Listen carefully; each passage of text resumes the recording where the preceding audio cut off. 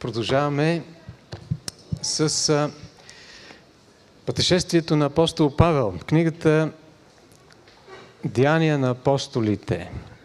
Между другото, отвънка има една нова вендинг машина. И за удобство на всички може да се пазарува с карта или с телефон. Така че да знаете, Жорката ще направи инструкции. Аз лично се радвам, защото обикновено нямам стотинки и ми е трудно, освен да се качвам в склада и да си взема нещо. Така. Между другото, продължаваме сега с разказа за това как апостол Павел отива на почивка в Гърция. И какво се случва в тая почивка? Питам се, апостолите ходили ли са на почивка? Взимали ли си отпуска, да отидат така малко, да поседнат на някой шезлонг срещу 10 евро или 20 евро с консумация в Гърция, така, някакви плажове страхотни, нали, българските нищо не струват и едва ли са си взимали такава почивка апостолите. Защо ли? Нали, те са образец. Би трябвало да следваме техния пример, защото те са образец за вярата и следването на Исус Христос. Те имаха една много по-велика почивка и между другото автора на Евреи, който не знаем кой е, вероятно може да бъде и апостол Павел или Варнава, защото е блестящо това послание като език и като и структура, и като гръцки език, като качество на езика. Там автора ни говори за една почивка. Почивка, в която човек си е починал от своите дела. Тоест, починал си от своите напъни да угоди на Бога и от съответно провала, за това, че не може да угоди на Бога. И апостолите са в тази прекрасна почивка. Ще чета 14 глава, но преди да ви я прочета, си размишлявам върху един израз, който е много куц в български език, много подвеждащ. Разбира се, всички разбираме какво искаме да кажем, когато го използваме. Например, когато аз видя един кълпазанин, един човек, който върши безобразия и си помисля, че съм по-добър от него, Бог ми напомня, че аз не съм по-добър от него. Та израз е, аз не съм по-добър от него. Това е много подвеждащ израз, защото предполага, че този кълпазанин, който върши безобразия, е добър.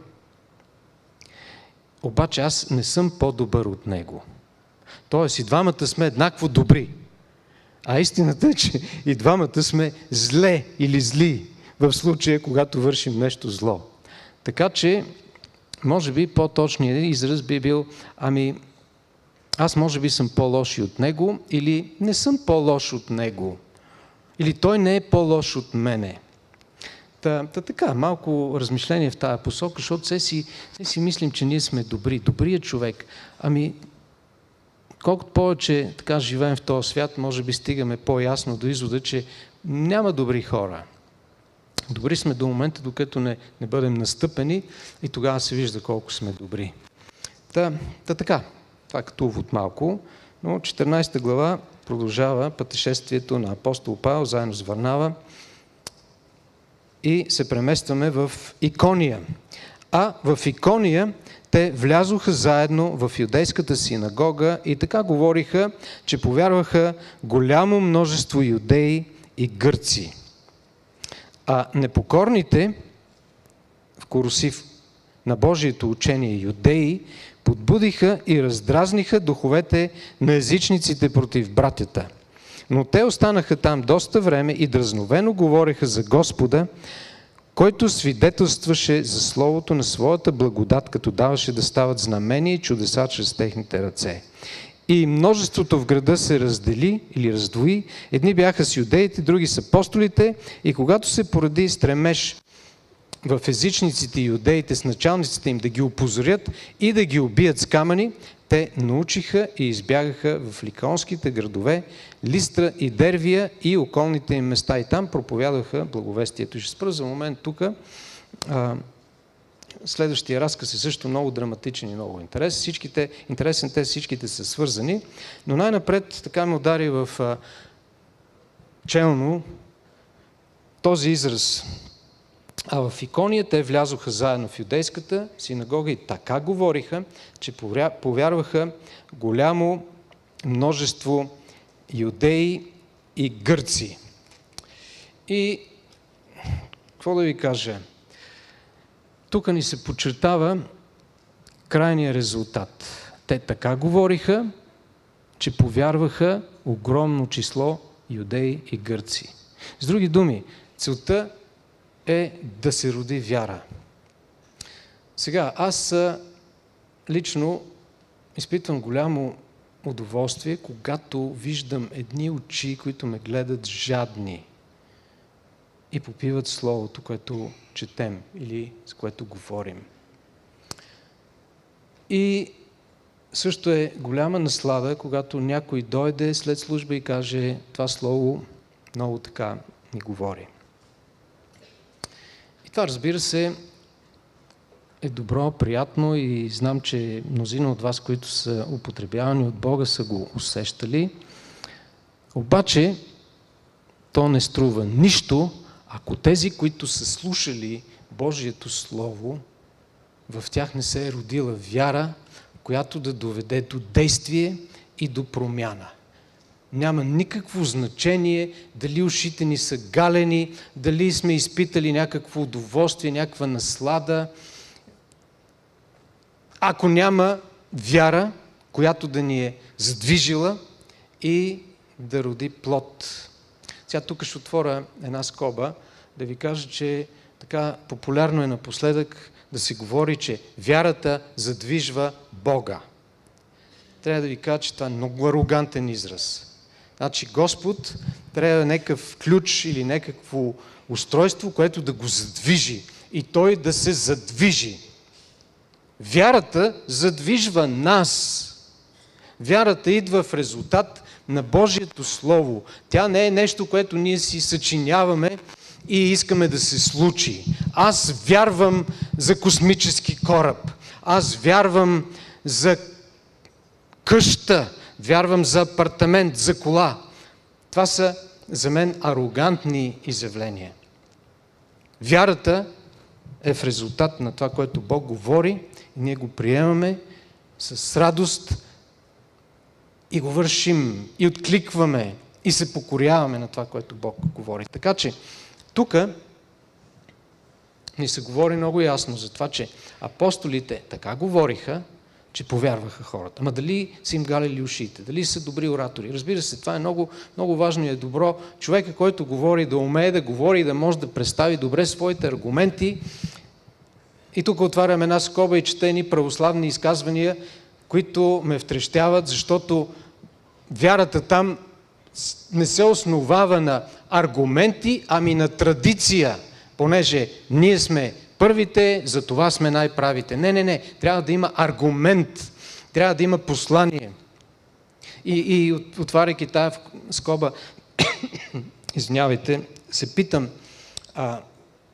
как е изглеждал Исус Христос? Дали е изглеждал като патриарха български или патриарха гръцки или руския патриарх? Или високопоставените? Облечени с супер одежди, лъскави, с всякакви салтанати и символи и знаци. Не можеха да го разпознаят Исус Христос. Аз за себе си се питам, аз как трябва да се облека? Трябва да тура едно расо, за да ме разпознават. Така ли се обличаше Христос? Ами не, разбира се. Не. Беше един като нас. Не можеха да го разпознаят. Също облекло. Обаче различен. В това, че в него грях нямаше. И неговата любов беше брутална. Тези хора говориха така, че повярва голямо множество. И се замислих сетих се за един случай така в близкото минало. Един ден отидохме с Ники, с Христо, моят големия син, и с Стефан, малкият ми син, да ловим риба. Отидохме тук в Герман, има един гьол или има едно езерце, в което се развъжда риба, и карахме по стария околовръстен път. И то околовръстен път беше толкова тесен, едвам се придвижвахме.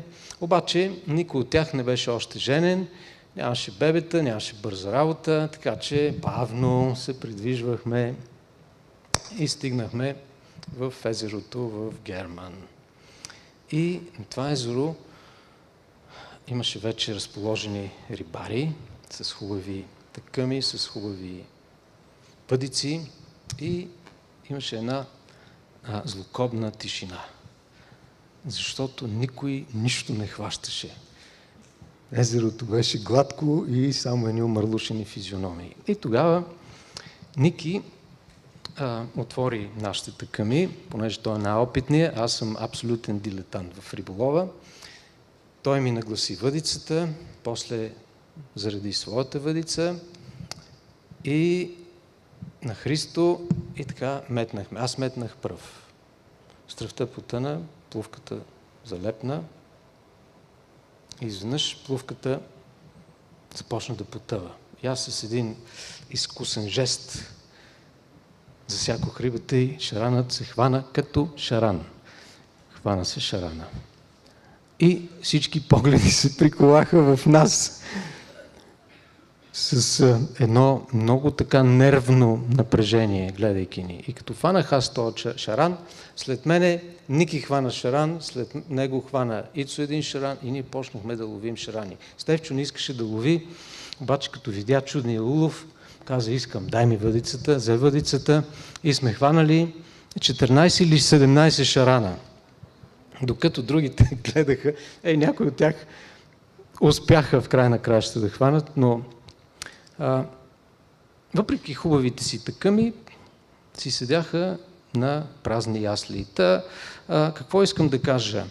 Може да имаме най-хубавите такъми, да имаме най-хубавите инструменти и резултата да е никакъв.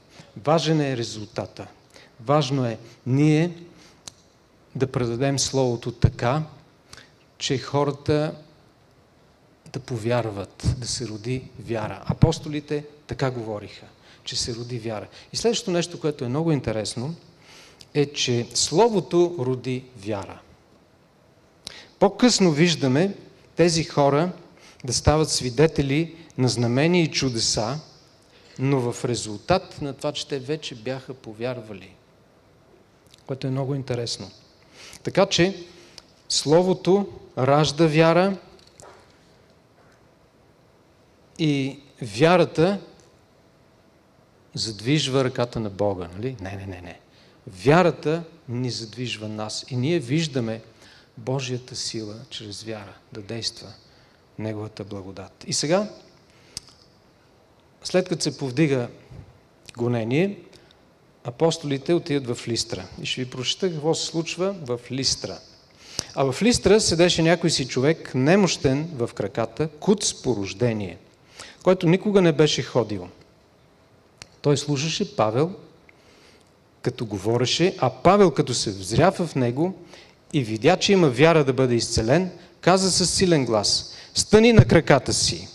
И той скочи и ходеше. А народът, като видя какво извърши Павел, извика със силен глас, като казваше на ликаонски: богове, оприличени на човеци, са слезли при нас. И наричаха Варнава Зевс, а Павел Хермес, понеже той беше главният говорител. И жрецът при Зевсовото капище, което беше пред града, доведе телета и донесе венци при портите и заедно с народа се канеше да принесе жертва. Като чуха това, апостолите Варнава и Павел раздраха дрехите си, скочиха сред народа и извикаха: о, мъже, защо правите това? И ние сме човеци със същото естество като вас и ви благовестяваме да се отбърнете от тези суети към живия Бог, който е направил небето, земята, морето и всичко, което има в тях, който през миналите поколения е оставил всички народи да ходят по своите пътища, макар и да не е преставал да свидетелства за себе си, като е правил добрини и ви е давал от небето дъждове и плодоносни времена и е пълнил сърцата ви с храна и веселба. И като казаха това, те едвам възпряха множествата да не им пренесат жертва. И ако всичко беше спряло до тук, щеше да бъде окей. Обаче продължава 19 и 20 стих. Между това дойдоха юдеи от Антиохия и Икония, които убедиха народа и като пребиха Павел с камъни, извлякоха го извън града, като мислеха, че е умрял. А когато учениците още стояха около него, той стана и влезе в града и на сутринта отиде с Варнава в Дервия. Много драматична история. Тук в този случай виждаме Павел не да влиза в синагогата, защото очевидно няма синагога, но той говори на площада. И очевидно говори на езичници. Тези езичници нямаха хабер от писанията. Не познаваха писанията. Какво ли е говорил Павел? Имаме само една малка част от неговата реч, след като той се опитва да ги убеди да не им принасят в жертва. Така че говори на езичници по различен начин. И вижте какво се случва. На площада има един човек, който никога не е ходил. Никога не е ходил. И очевидно другите го познават и знаят за това, че той не е ходил никога. И когато Павел се взира в него и вижда вяра, много интересно как видя тази вяра, много ми е интересно, но очевидно тя е изписана на лицето на човека, му казва да се изправи и да ходи. И човека става и започва да ходи. Това е едно знаменателно чудо.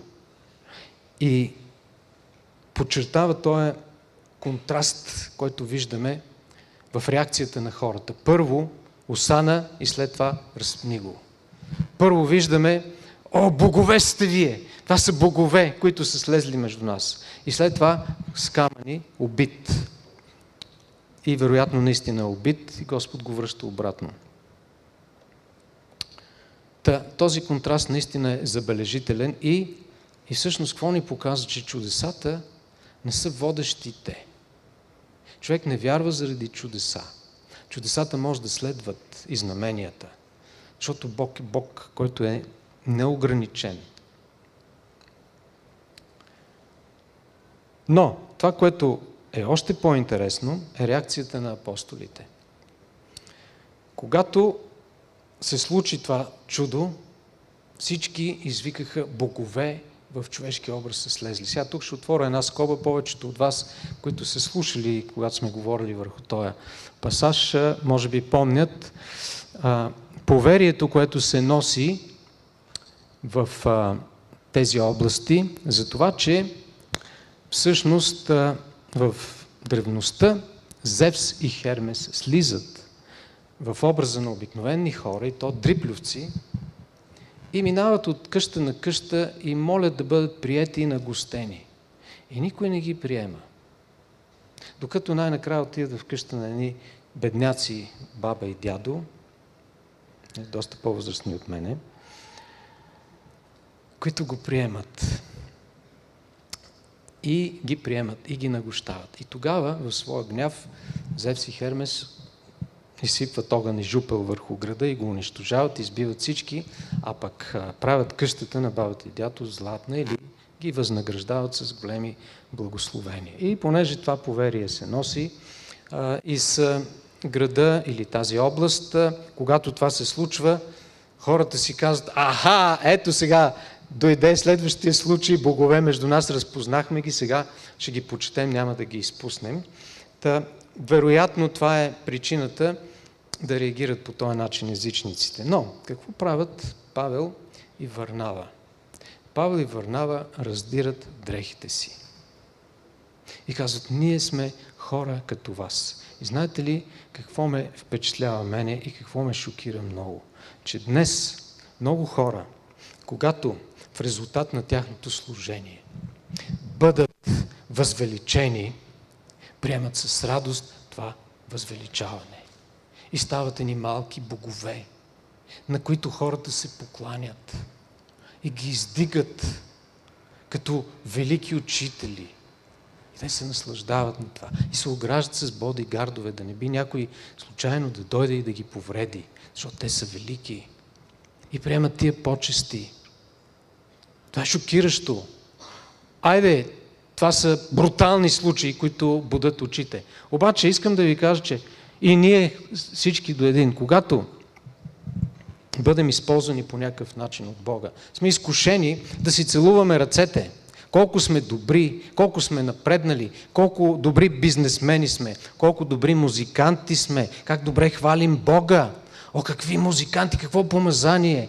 О, колко сте ви... И ние се наслаждаме. О, какво слово, как така ми подейства, как ме промени. Ние сме едни прости инструменти. И е Бог, който е великия. И нашият стремеж или изкушение да му откраднем славата е нещо грозно, в което сме изкушени. И аз съм изкушен. Когато си добър в нещо, си готов да го припишеш на себе си. И ще отворя една скоба. Богаташ и Лазар, бедния, са един такъв пример. Богатия беше благословен да бъде богат, да може да изкарва или да има добър бизнес, за да послужи на такива като Лазар. Вместо това той си устройваше тържества, пиршества за това колко е велик, колко е приятен живота, какви наслади може човек да изпита. А всъщност всичко, което имаме, е за да послужи на другия, не за да се изтъкваме себе си. Това е голямото изкушение. Аз съм много успешен. Вижте ме във Фейсбук, къде хода, на какви невероятни места, защото съм богат и мога да си го позволя. А пък тия тук нещастници вият врат в София и се пекат, защото немат пари и са неуспешни. Брутално звучи, обаче това е едно от посланията. Аз съм по-богат. Що си по-богат? Защото си изсмукал сам от някъде си своите дарби, своя интелект, своите способности. Не, те са ти дадени. Не за да се хвалиш с тях, а да служиш с тях. Това е обърканият този свят, който ние трябва да променим. Най-напред себе си, нашата ценностна система. Така че, апостолите казаха, моля ви, не дайте, раздираме древе. Ние сме обикновени човеци. Ние просто ви носим Словото на Бога. И вижте какво се случва, когато човек откаже да краде славата на Бога. Бива много почитан, нали? Не, бива пребит с камъни. Това е резултата. И всъщност истинският резултат на служенето на Бога е съпротива и вяра. Двете крайности. Вяра и съпротива. И за благодарност апостол Павел беше убит с камъни или пребит с камъни и изхвърлен на края на града. Защото отказа славата. А можеше да си я препише и да каже ми, да, вижте какво прави Бог чрез нас. Ние сме голяма работа, ние сме апостоли. Ние сме много силни, много велики. Представляваме Бога, трябва да бъдем почитани, трябва да сме богати. Повече от всички останали. Не, той отказа това нещо и беше пребит. Обаче, истината е, че когато ние откажем да крадем Божията слава, тогава се вижда Божията сила. И тогава Бог започва да действа безпрепятствено. Като цяло този случай може да изглежда един провал за апостолите. Отиват да благовестват и биват пребити и изгонени от града. Сякаш няма никакъв резултат. И една тълпа, сега тук един от изводите е тълпата или хората или мнозинството. Сега като кажа тълпа е много обидно, защото понякога ние сме част от тълпата, но множеството не е критерий за истина. Ама всички го правят.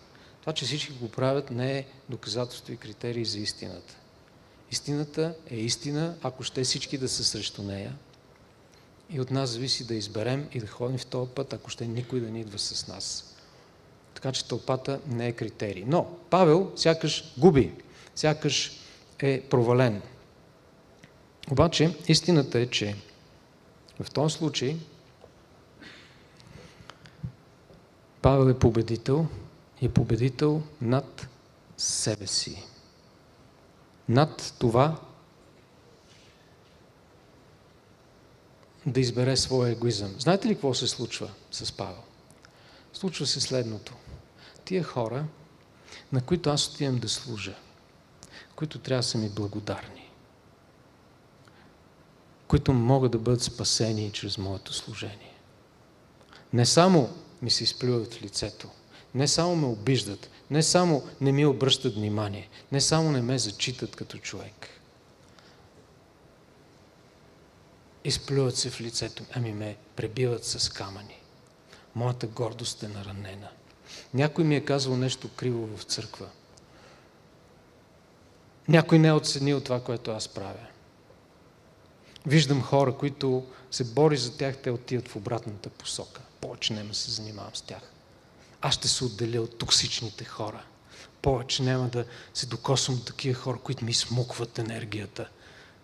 И ще се отделя. Защото ме е наранена гордостта. Това мога да кажа. Павел, гордостта му беше наранена, а всъщност тя беше мъртва, нищо не можаха да наранят. Бит стана и се върна в този град. И малко по-нататък, като продължим да четем, ще видим, че заедно с другите апостоли минаха през Листра, Икония и Антиохия и утвърдиха душите на учениците, като ги увещаха за нещо много интересно, което ще прочета малко по-нататък. Значи апостол Павел победи себе си, победи своята гордост. Кой си ти, бе? Кой съм аз? Ти знаеш и кой съм аз? Ти ще ме удряш с камъни, ти ще ме обиждаш, ти ще ми крещиш. Кой съм аз, знаеш ли? Няма значение кой съм аз. Аз съм готов за моя Господ да обичам, да прощавам и да съм мъртъм за своята гордост. И това, скъпи приятели, можем да го видим и да го приложим във всяка една област на нашия живот, в взаимоотношенията ни с хората, на които ние се сърдим, хора, които не са достойни за нас, понеже ние сме много, много нагоре. Ако ние сме много нагоре, то ние ще обичаме тия, които ни обиждат, които не ни зачитат, които не ни разбират и ще носим един на друг теготите си, така както Христос ги носи и ще си прощаваме един на друг. И това е, което направи Павел. И това е голямата победа, която имаше той. Победа над себе си. Да не си каже, аз какво правя тук? На такива глупаци, аз да ходя и им нося благовестие и спасение. Да умират по-добре. Не. Той пожертва себе си, така както Христос пожертва себе си. Това е отпечатъка на Христос в Него и това е отпечатъка на Христос, който Бог иска да има в нас. Да победим себе си и да си служим не защото си сме заслужили, а защото Христовата любов ни принуждава. И още нещо в тая посока на победа и поражение. Ние се молим за нашия лагер много. Между другото, още една скоба. На този лагер 5 младежи, деца взеха водно кръщение и някои от тях са тук, за което аз съм много впечатлен, радостен и възхитен. Ще подготвим за тях свидетелства. Молим се на този лагер времето да бъде хубаво, да има разбирателство между хората, да няма конфликти, да няма сблъсъци, изобщо всичко да бъде гладко и леко. И когато аз отидох последните няколко дена, това, което ми казаха е, лагерът е перфектен, времето е страхотно, с изключение на един ден, който беше зле и не беше добре. Кой е този ден? В този ден се извихрила се една буря. И какво се случва обаче в тази буря? Една част от младежите, мъжете, може би и по-силните, веднага са се задействали, като са взели чадъри и всякакви подръчни материали, за да отидат да се погрижат тия, които са заседнали в градчето Черноморец. И са им послужили. И всъщност, какво да ви кажа, това е най-хубавият ден от лагера. Защо е най-хубавият ден от лагера? Защото когато си притиснат, излиза това, което е в теб. Може да си ги приказваме нещата, така на теория, да се възхищаваме, хубави думи, да се галим по ушите. И когато дойде тежкия момент, няма никой. Всеки се е скатал на някъде. А всъщност, когато идва тежкия момент, се вижда, че тия младежи имат грижа един за друг. И това струва много, много скъпо и е прекрасно. Така че, тези неща, които са трудни, които са предизвикателство и ние ги считаме за провал или за нещо, което идва от лукавия, също те са най-полезните, защото в тях всъщност се вижда кои сме ние, колко сме израснали и се раждат едни хубави плодове. И така, продължавайки нататъка, ще ви прочета от 21 стих до края на главата. Когато Павел става, след като е пребит и мисли, че е умрял, и на сутринта тръгва и отива с Варнава в Дервия. И след като проповядваха благовестието в този град и придобиха много ученици, върнаха се в Листра, Икония и Антиохия и утвърждаваха душите на учениците, като ги увещаваха да постоянстват във вярата и ги учеха, че през много скърби трябва да влезем в Божието царство. И след като им ръкоположиха презвитери във всяка църква, се помолиха с пост, препоръчаха ги на Господа, в когото бяха повярвали. И като минаха през Писидия, дойдоха в Памфилия, проповядваха учението в Перга и слязоха в Аталия. Там отплаваха за Антиохия, откъдето бяха препоръчени на Божията благодат за делото, което бяха извършили. И като пристигнаха и събраха църквата, те разказаха всичко, което Бог беше извършил чрез тях и как беше отворил врата за езичниците да повярват. И прекараха там доста време с учениците си. Вижте какво учиха учениците. Вижте, вие сте избраните. Вие сте помазаните. Вие ще завладеете този свят. Вие сте глава, а не опашка. С вашата вяра вие ще задвижвате Бога и ще преуспявате във всичко, което вършите. И това, което предстои, най-доброто предстои. Това е, което се носи популярно, насърчаващо нашето пребиваване на земята. Колко хубаво ще бъде нашето преживяване на земята. Защото Бог е с нас. И ние ще изградим рая. Както пеем в нашия химн. Земен рай ще има тук в България. Истината е, че тази земя е пълна с нечестие. И че всички тия удоволствия, за които ние си мечтаем, всъщност са пропити с една горчивина. Защото са временни и не остават нищо след себе си. И тази земя, и този свят е противен на Евангелието. Той е противен на благовестието.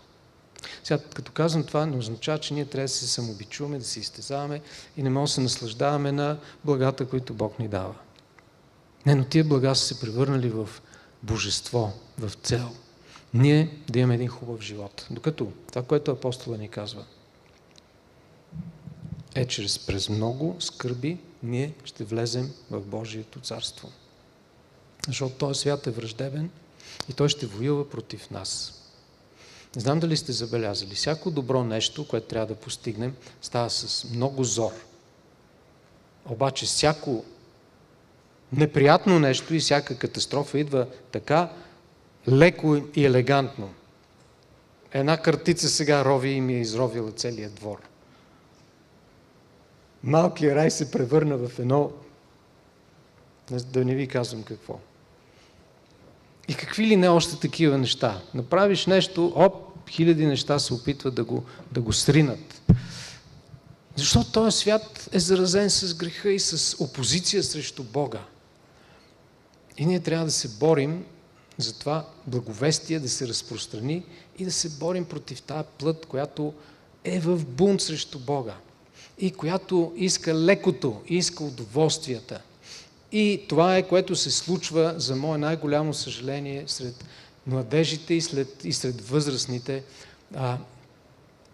Гледах един клип, даже два, какво се случва в Щатите. Некъв наркотик, така и не можах да разбера какъв е този наркотик, който е направо ужасяващ. Хората са обезобразени.